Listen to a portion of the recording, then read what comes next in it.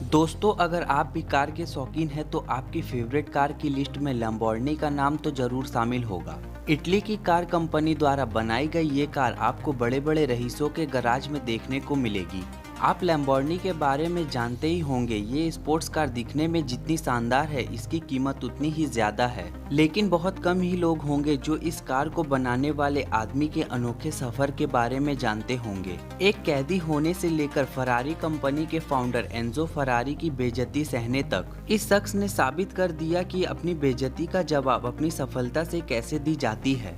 तो दोस्तों, आज का वीडियो काफी इंटरेस्टिंग होने वाला है, तो वीडियो के अंत तक जरूर बने रहिएगा।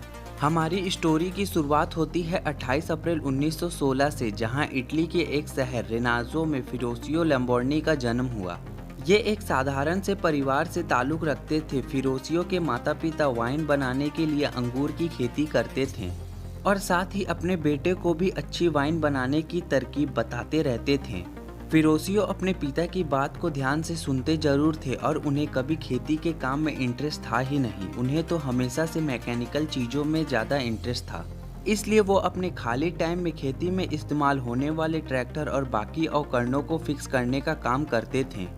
अपने इसी जुनून के चलते उन्होंने एक मैकेनिकल कॉलेज में एडमिशन ले लिया, जिसके बाद उन्होंने खेती के काम को पीछे मुड़कर देखा ही नहीं। फिरोसियो को गाड़ी बनाने का काफ़ी शौक था और बाद में अपने इसी शौक को पूरा करने के लिए उन्होंने कैवेलियर रिगी नाम के एक कंपनी में काम करना शुरू किया, जो कि इटली के आर्मी मशीनों को मेंटेन करती थी। यहाँ पर इन्होंने काफ़ी वक्त तक और काफ़ी अच्छा काम सीखा। इस कंपनी में थोड़े टाइम आर्मी व्हीकल मेंटेन करने के बाद फिरोसियो दूसरे वर्ल्ड वॉर में इटली रॉयल एयर फोर्स के साथ जुड़े और बतौर मैकेनिक वायुसेना के साथ रहे। काफी समय तक युद्ध होने के बाद जब इटली की एक एरिया ने सरेंडर कर दिया तो फिरोसियो की पोस्टिंग उस जगह थी और पूरा एरिया जर्मन नेशन के कब्जे में आ गया। जर्मन के कब्जे में आने के बाद शुरू में सब चीजें ठीक रही, लेकिन बाद में वहां रहने वाले सभी इटालियन को कैदी बना लिया था, जिसमें फिरोसियो भी शामिल थे। हम सब ये तो जानते ही हैं कि विश्व युद्ध के दौरान कैदी बनाए गए लोगों को किस तरह से रखा जाता था, उनके साथ किस तरह का व्यवहार होता था। फिरोसियो को भी उस समय इसी परिस्थितियों से गुजरना पड़ा था, लेकिन उन्होंने अपनी मैकेनिकल स्किल को वहां भी नहीं छोड़ा। कैदी रहते हुए भी कई प्रॉब्लम सॉल्व किए और जर्मन आर्मी की कई गाड़ियों को ठीक भी किया। उनकी इसी व्यवहार को देखते हुए उन्हें कुछ ही सालों में छोड़ दिया गया। फिरोसियो के लिए वो समय काफी मुश्किल भरा रहा, क्योंकि उसी समय उनके बच्चे को जन्म देने के बाद उनकी पहली पत्नी क्लेलिया की मौत हो गई। इन सब से बाहर निकलने के लिए फिरोसियो ने अपने आप को काम में बिजी रख लिया।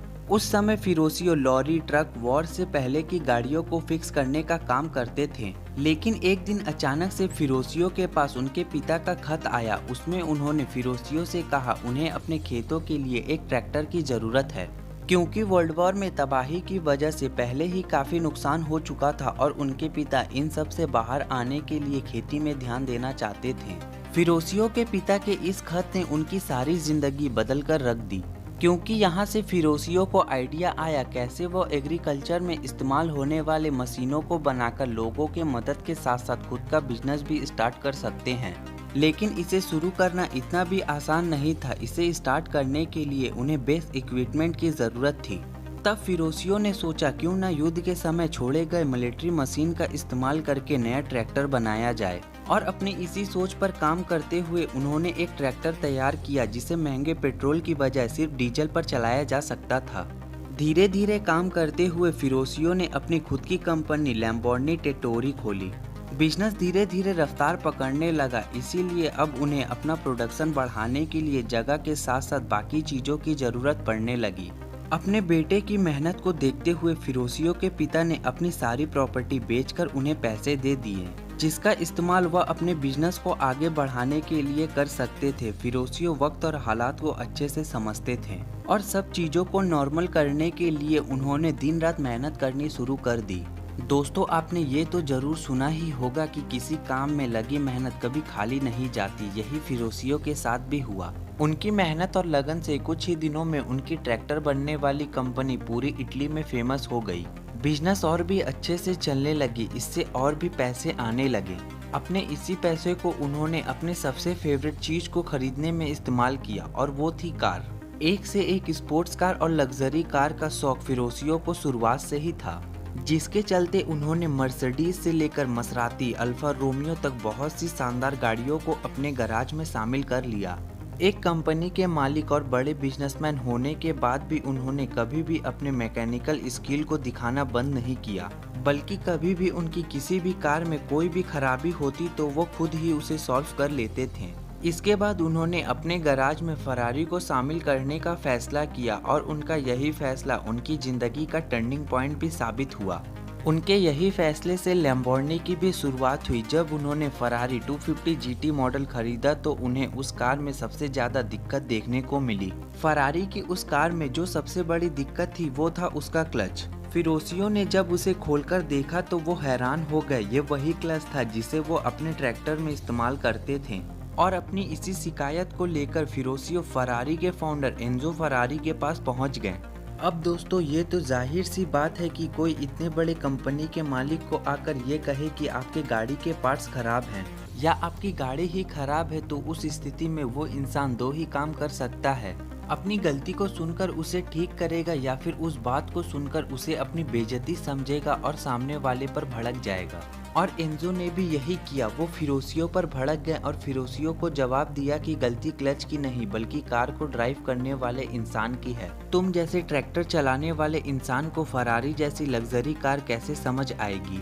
फिरोसियो को एंजो की बात चुभ गई। उनकी इसी बात को दिल में गांठ बांधकर फिरोसियो अपने नए सफर पर चल पड़े। उन्होंने तय कर लिया कि अब वो दुनिया को दिखाएंगे कि असली स्पोर्ट्स कार आखिर होती कैसे है। फिरोसियो के दिमाग में बस एक ही बात दौड़ने लगी, किसी भी सूरत में वर्ल्ड की बेस्ट रेसिंग कार बनानी है। अपने इसी मुकाम को हासिल करने के लिए उन्होंने लैम्बोर्गिनी के नाम पे एक और कंपनी खोली जिसमें कार मैन्युफैक्चरिंग करने वाले को रखा गया और इन्होंने अपने साथ फरारी के 3 वर्कर को भी काम पर रखा। फिरोसियो ने पहली गाड़ी की डिजाइन को बनाना शुरू किया क्योंकि वो जानते थे कि उन्हें कैसी गाड़ी चाहिए। कुछ ही दिनों के मेहनत के बाद उन्होंने अपनी पहली रेसिंग कार को तैयार कर लिया, जिनको उन्होंने नाम दिया लैम्बोर्गिनी 350 GTI।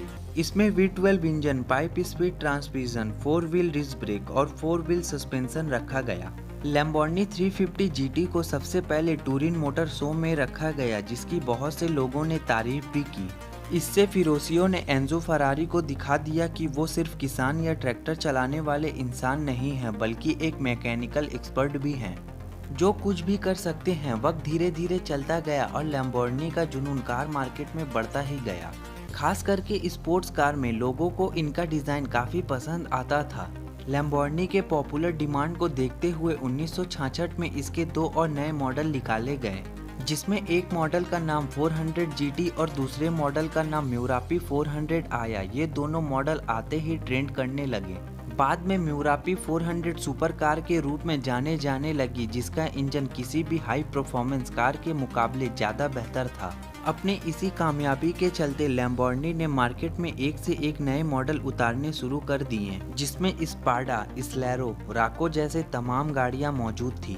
धीरे धीरे लैम्बोर्गिनी एक बहुत बड़ा ब्रांड बन गया, जिसमें एक समय में सबसे ज़्यादा कार सेल करने वाला ब्रांड भी बना। लेकिन एक वक्त ऐसा भी आया जब इस कंपनी को सबसे ज़्यादा क्राइसिस देखनी पड़ी। साल 1973 में दुनिया भर में आर्थिक मंदी आई और तेल की कीमतों में इजाफा हुआ, तो इससे कार की सेल पर काफ़ी बुरा असर पड़ा। लेकिन सबसे ज़्यादा प्री ऑर्डर इसी गाड़ी की थी और खरीदे ना जाने की वजह से कंपनी को काफ़ी मुश्किलों से गुजरना पड़ा। बाद में फिरोसियो ने इसे बेचने का फैसला किया। साल 1998 तक लैम्बोर्गिनी ने अपने कई मालिक बदले। 1998 में ये फोक्सवैगन ग्रुप के पास आ गई। फोक्सवैगन ने इसे ऑडी डिवीजन में रख दिया। फोक्सवैगन के पास आने के बाद इस कंपनी ने एक बार फिर से नए कीर्तिमान बनाए। जहां एक समय में ये कार कंपनी बंद होने के कगार पर थी, वहीं ये आज लगातार अपना मुनाफा बढ़ाते जा रही है।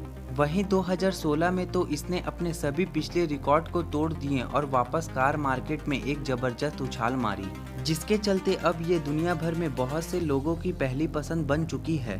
तो दोस्तों, ये थी लैम्बोर्गिनी स्पोर्ट्स कार की फर्श से अर्श तक पहुंचने की कहानी। वैसे आपको कौन सी कार सबसे ज़्यादा पसंद है? साथ ही आपके हिसाब से लैम्बोर्गिनी या फरारी में कौन सी कार सबसे ज़्यादा बेस्ट है? हमें कमेंट करके ज़रूर बताएं।